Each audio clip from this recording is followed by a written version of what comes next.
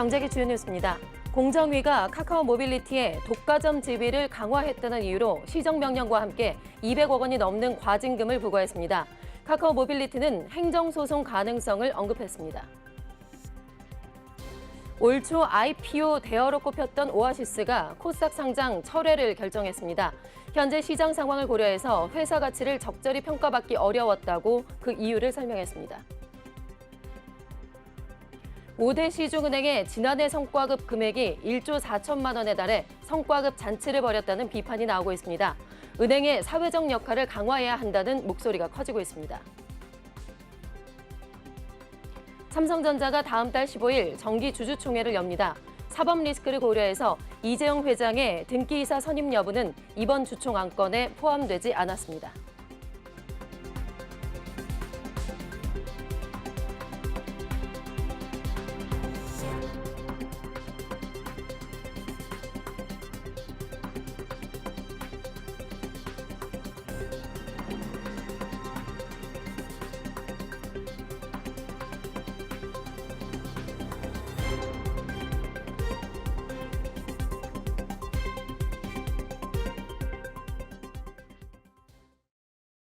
네, 시청자 여러분 안녕하십니까? 2월 14일 MBN 뉴스프라임 시작하겠습니다. 첫 코너는 취재기자와 함께 다양한 경제계 이슈를 살펴보는 시간이죠. 프라임 이슈 시간입니다. 오늘은 오다힌 기자와 함께하겠습니다. 어서 오세요. 네, 안녕하세요. 네, 카카오 택시 많은 분들이 이용해서 많이들 알고 계실 텐데 이 카카오 택시를 운영하는 카카오 모빌리티가 이번에 공정위로부터 시정명령과 함께 200억 원이 넘는 과징금을 부과를 받았습니다. 자, 공정위에서도 가맹 택시들에게 코를 몰아줬다라는 점을 문제 삼았다고요. 네, 그렇습니다. 공정위는 카카오 모빌리티가 카카오티 앱의 중형 택시 일반 호출 배차 알고리즘을 은밀하게 조작해서 카카오티 블루 가맹 택시를 우대한 행위에 대해서 시정 명령과 과징금 257억 원을 부과하기로 했습니다. 카카오티 택시 호출 서비스는 승객이 수수료를 부담하지 않는 일반 호출과 최대 3천 원까지 수수료를 부담하는 블루 호출로 나뉘는데요. 비가맹 택시는 일반 호출만을, 카카오티 블루는 일반과 블루 호출을 모두 수행하는데 카카오 모빌리티가 가맹 택시를 늘리기 위해서 일반 호출 때도 가맹 택시에 특혜를 줬다는 게 공정위 설명입니다. 카카오가 은밀하게 가맹 택시를 우대하는 알고리즘을 사용했을 뿐 아니라 공정위 적발을 피하기 위해 배차 방식을 교묘하게 변경하는 등 치밀하게 준비했다고 봤습니다. 이른바 콜 몰아주기에 따라서 가맹 기사는 비가맹 기사보다 월 평균 약 35건에서 321건의 호출을 더 수행한 것으로 집계됐습니다. 가맹 기사의 월 평균 운임 수입도 비가맹 기사보다 최대 2배 이상 더 높게 나타났습니다. 네, 확실히 차이가 있었군요. 건수에서도 그렇고 운임 비용에서도 그렇고. 네. 자, 그런데 사실 과거에도 이런 배차 방식이 문제가 한번 됐었습니다. 그래서 2020년에 배차 방식을 한번 바꿨었다고요. 네, 이때부터는 수락률이 기준이 됐습니다. 예. 변경된 배차 로직에서는 수락률을 기반으로 한 인공지능의 추천으로 한 명의 기사에게 우선 배차가 먼저 실시됐습니다. 추천 기사가 없다는 이유로 배차가 실패하면 픽업 시간 기준으로 배차가 실시됐는데요.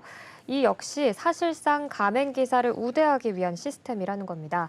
AI 추천은 수락률이 40% 또는 50% 이상인 기사만을 대상으로 이루어지는데 수락률 기준은 비가맹 기사에게 구조적으로 불리하게 설계돼 있는 것으로 조사 결과 확인됐습니다. 뿐만 아니라 카카오 모빌리티는 AI 추천 우선 배차 방식을 도입하기 전에 서울 지역에서 해당 방식에 대한 배차 건수가 가맹 기사와 비가맹 기사 간에 얼마나 차이가 있는지 테스트하는 등 치밀하게 준비한 것으로 확인됐습니다.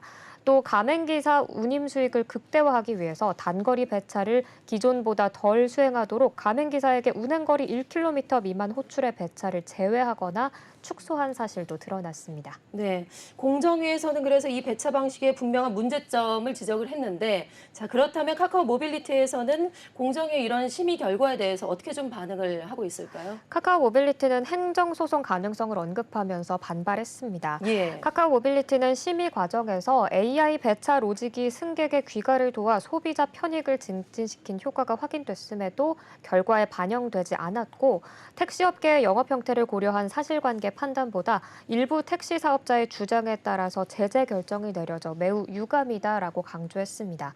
그러면서 공정위의 오해를 해소하고 콜 골라잡기 없이 묵묵히 승객들의 빠른 이동을 위해서 현장에서 애써온 성실한 기사들의 노력과 헌신이 제대로 인정받을 수 있도록 행정소송 제기를 포함한 다양한 방안을 강구할 계획이라고 말했습니다. 네, 현재 공정위의 주장과 카카오 모빌리티의 주장이 엇갈리고 있는 그런 상황인데 행정소송으로 법정까지 가게 될지 좀 지켜보도록 하겠습니다. 자, 프라임 이슈 두 번째 소식 알아보겠습니다. 올 초부터 IPO 시장에서 대어로 주목을 받았던 기업이죠. 오아시스가 그런데 결국에는 상장을 철회했다는 소식이 들어왔습니다. 오 기자, 사실 국내 이커머스 1호 상장 타이틀을 노렸던 오아시스인데 결국에는 이렇게 상장을 철회하게 된 배경, 뭐라고 설명을 했을까요? 네, 오아시스는 회사 가치를 적절히 평가받기 어려웠다면서 어제 코스닥 상장을 철회한다고 공시했습니다. 오아시스는 2020년 8월 NH투자증권을 대표 주관사로 선정하고 2021년 6월에 한국투자증권을 추가로 선정하면서 IPO를 준비해 왔는데요. 지난해 9월 한국거래소 코스닥 시장 본부에 상장 예비심사 청구서를 제출했고 상장 예비심사를 승인받았습니다. 1월에는 금감원에 증권신고서를 제출하면서 잘 준비돼가는 듯 했는데요. 원래 계획대로라면 14일에서 15일 일반 공모 청약을 거쳐서 이달 23일에는 코스닥에 상장할 계획이었습니다. 지난 7일에서 8일 국내외 기관 투자자 대상 수요 예측이 진행됐는데요. 회사가 써낸 희망 공모 밴드가가 35,500원에서 39,500원이었는데 이를 하회하는 2만 원 이하의 주문이 몰리면서 결국 상장 철회를 결정했습니다. 네. 상장 후에 시가총액을 당초 계획한 9,700억에서 1조 2,500억 원에서 6천억 원 수준으로 절반 가까이 낮춰야지만 공모 진행이 가능한 수준이었습니다. 오아시스 관계자는 IPO 시장이 최근 대내외 경제 악화로 인해 위축돼 투자 심리에 매우 부정적인 영향을 미치고 있고 이에 현재 시장 상황을 고려하면 기업 가치를 제대로 평가받기 어려운 상황이라면서 오아시스는 업계 유일의 흑자 기업으로 지속 성장을 위한 재원을 이미 갖춘 상황에서 무리하게 상장을 추진할 필요가 없다고 판단했다고 설명했습니다. 여기에 안준형 오아시스 대표이사는 이번 IPO 과정에서 오아시스만의 차별화된 경쟁력, 성장 전략 등의 펀더멘털에 대한 긍정적인 평가를 받은 것은 큰 수확이라면서 앞으로 적정 기업 가치를 평가받을 수 있는 시점을 고려해 상장을 재추진하겠다고 말했습니다. 네, 사실 앞서서 컬리도 그렇고요, K뱅크도 그렇고, 골프존 카운티도 그렇고 모두 연초에 공모 절차를 중단을 했습니다. 네. 이렇게 되면은 앞으로 연내 상장을 추진하는 다른 기업들에게도 영향을 좀 미치게 될 것 같은데요. 부담이 클 것 같아요. 네, 좀 영향이 있는 것으로 보입니다. 컬리에 이어서 오아시스까지 상장을 철회하면서 이커머스 시장의 투자 심리가 특히 얼어붙었는데요. 네. 앞으로 이커머스 1호 상장 타이틀을 누가 쥐게 될지 또 11번가 SSG닷컴 등의 상장을 추진하는 기업들의 눈치 싸움도 더 치열해질 것으로 보입니다. 가장 먼저 상장 절차에 착수할 대형 IPO 후보로는 LG CNS와 서울보증보험 등이 꼽힙니다. 두 회사는 모두 오는 3월 공모 절차에 들어가는 것을 목표로 삼고 있습니다. 투자은행업계 관계자는 기존 투자 단계에서 조 단위의 기업 가치를 인정받았던 기업이라도 당분간 상장을 추진하기에는 부담이 큰 상황이라면서 확실한 수익성과 성장성을 증명하는 것뿐 아니라 주주 친화적인 공모 구조를 갖추지 못한다면 이와 비슷한 결과로 이어질 것이라고 말했습니다. 네. 자, 이어서 프라임 이슈 세 번째 소식 짚어보겠습니다. 자, 5대 시중은행의 지난해 성과급 금액이 공개가 되면서 성과급 잔치를 벌였다는 비판이 여기저기서 나오고 있습니다.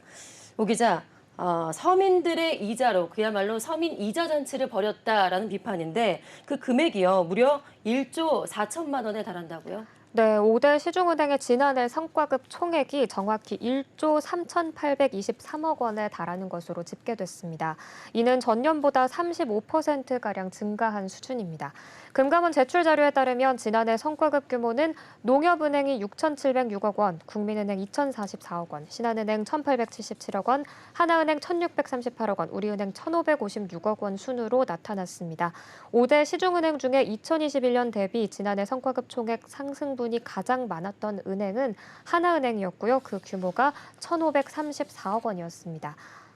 네, 좀 더 구체적으로 들여다보니까 5대 시중은행 가운데서 가장 많이 받은 사람이, 임원한 사람이 받은 성과급의 최고 금액이 무려 15억 원이 넘는다고요. 네, 국민은행의 한 임원이 15억 7,800만 원을 성과급으로 받았습니다. 직원 한 명이 받은 최고 성과급이 2,300만 원인 것과 비교하면 약 68배 정도 차이 나는 수준입니다. 예. 통상적으로 그해 발생한 성과급은 다음 해 성과평가 확정 후에 지급되는데요. 일각에서는 지난해 성과에 따른 5대 시중은행의 올해 성과급이 사상 최대 규모일 것으로 전망하고 있습니다. 5대 시중은행의 성과급은 2017년에 1조 78억 원, 2018년 1조 1,095억 원, 19년, 20년, 지난 5년 동안 매년 1조 원을 넘어섰습니다. 또 인터넷 전문 은행도 지난해 성과급 지급을 대폭 확대한 것으로 나타났습니다. 카카오뱅크는 전년보다 139% 많은 258억 원, K뱅크는 105% 증가한 138억 원, 토스뱅크 78% 증가한 34억 원으로 지난해 성과급으로 지급됐습니다. 네, 이런 은행들의 성과급 잔치에 윤석열 대통령이 직접 나서서 비판을 했고요. 그리고 금융당국도 여기에 이제 가세를 했는데 은행들이 앞으로 사회적 역할을 강화해야 된다라고 지적을 했다고요. 네, 금융당국은 이 서민들의 이자 고통 속에서 역대급의 실적을 거둔 은행권을 비판하고 나섰습니다. 국회 정무위원회 소속 황운하 더불어민주당 의원은 가파른 금리 상승과 물가 상승으로 국민 대다수가 대출이자 인상과 가계부채로 힘겨워하는 와중에 은행들이 성과급으로 역대급 돈잔치를 벌인 것은 은행의 공공적인 성격을 저버리는 행위라고 말했습니다. 어제 윤석열 대통령까지 나서서 금융당국의 은행의 돈잔치에 대한 대책 마련을 주문한 만큼 금융당국은 금리 인하 요구권 활성화나 서민금융 공급 확대 등 민생금융 대책을 더 강화할 전망입니다. 또 은행권의 취약차주 지원과 시장 안정 대책 협조 등을 통한 사회적 공헌에 더 적극적으로 나서달라는 주문도 이어질 것으로 보입니다. 네, 자 이어서 프라임 이슈 네 번째 소식 짚어보겠습니다. 삼성전자가 다음 달 15일에 정기 주주총회를 엽니다. 올해 주총의 관전 포인트가 바로 이재용 회장의 등기이사 선임 여부였는데요. 오다현 기자, 이번 주총 안건에는 이게 포함이 되지 않았어요. 어떤 다른 이유가 있을까요? 네, 아무래도 현재 사법 리스크를 고려해서 등기임원 복귀 시점을 미룬 것으로 보입니다. 이재용 회장은 부회장이던 2016년 10월 임시 주총을 통해 사내 이사로 선임됐습니다. 부친인 이건희 선대회장이 비자금 특검 수사로 전격 퇴진하면서 8년 6개월 만에 등기 이사직을 맡았는데요. 하지만 박근혜 정부 국정농단 사건에 연루되면서 16년 11월 참고인 신분으로 첫 검찰 소환 조사를 받는 사법 리스크에 휘말렸고 결국 2019년 10월에 재선임 안건을 따로 상정하지 않고 임기가 만료돼 현재까지 미등기 임원 신분을 유지하고 있습니다. 등기 임원은 미등기 임원과 다르게 이사회 구성원으로 기업 경영에 대한 법적 책임을 집니다.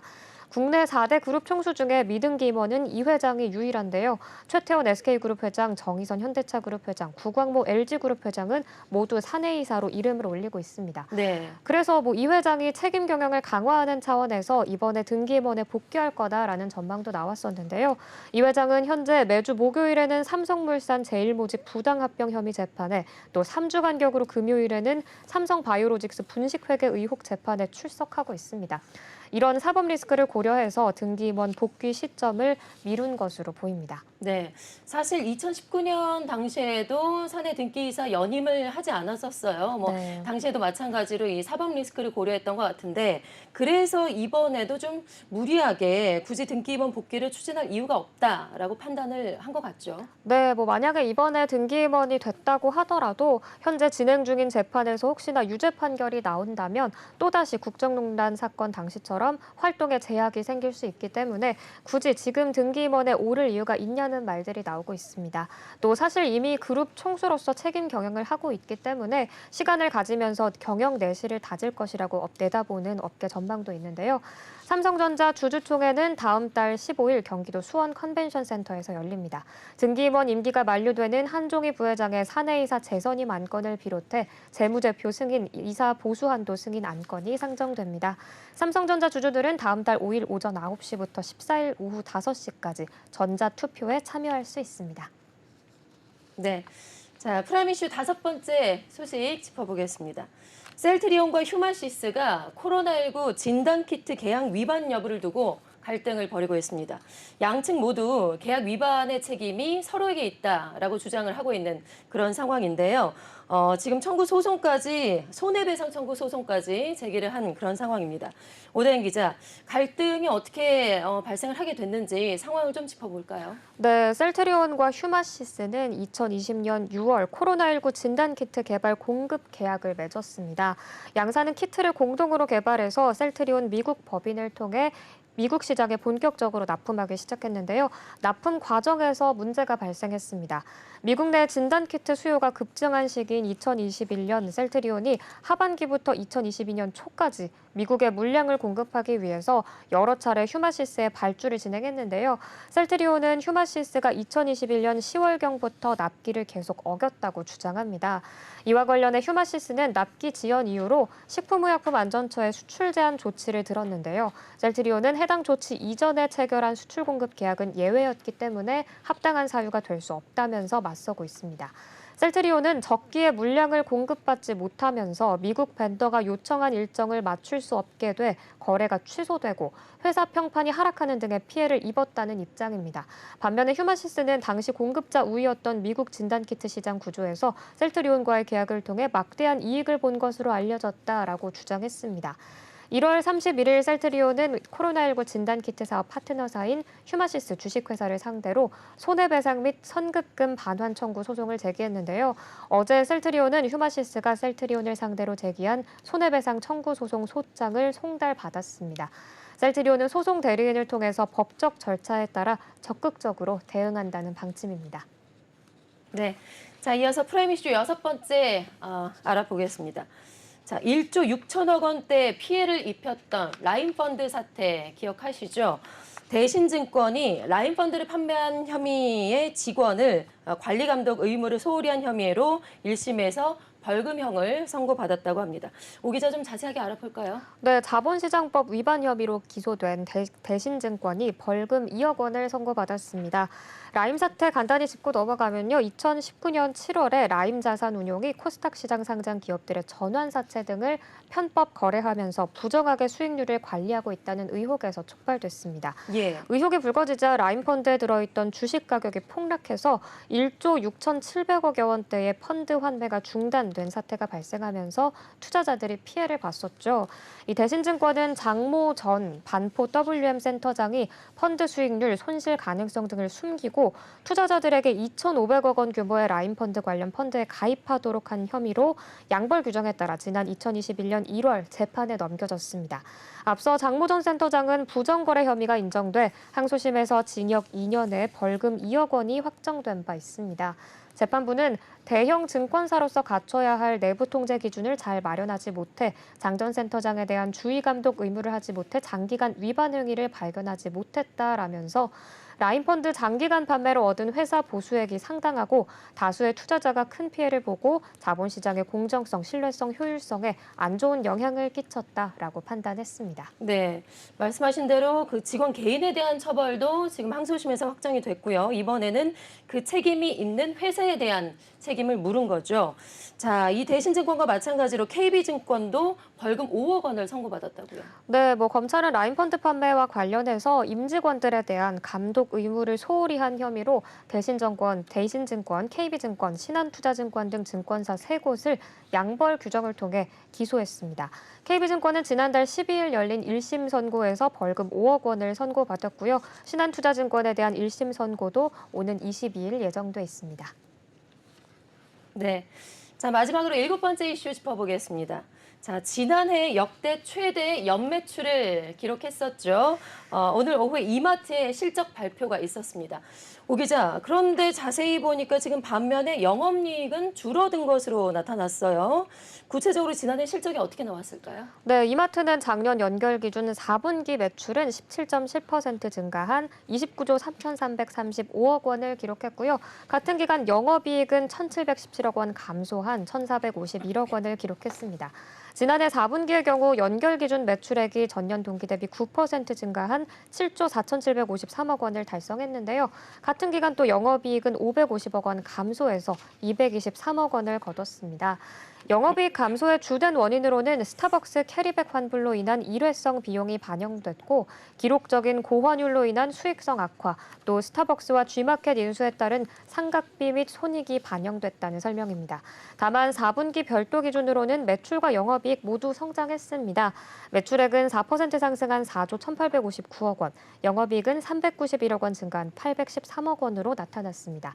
이는 작년 11월 쓱세일, 12월 연말 행사 호조로 할인점이 호실적을 기록했고 또 노브랜드 중심의 전문점 수익이 개선된 데 따른 것입니다. 이마트는 올해 지속 가능한 성장을 위한 수익성 중심 경영을 목표로 삼고 오프라인과 온라인 사업의 균형 있는 성장을 도모할 계획이라고 밝혔습니다. 오프라인은 비용 구조 혁신, 상품 핵심 경쟁력 강화, 또 투자 효율 제고로 미래 성장을 위한 기반을 확보해 나갈 방침이라고 밝혔고요. 온라인 부문에서는 포트폴리오 재편으로 각 사업 분야에 걸맞는 전문성을 강화해서 사업 모델별 본질적인 경쟁력을 확보해 나간다는 계획입니다. 네, 공시를 보니까 이마트가 올해 매출은 31조로 잡고 있던데 올해 30조 클럽에 가입을 할 수 있을지 좀 지켜보도록 하죠. 네. 자, 오늘의 경제계 주요 뉴스 프라임 이슈에서 상세하게 살펴봤습니다. 오다흰 기자와 함께했습니다. 고맙습니다. 네, 고맙습니다.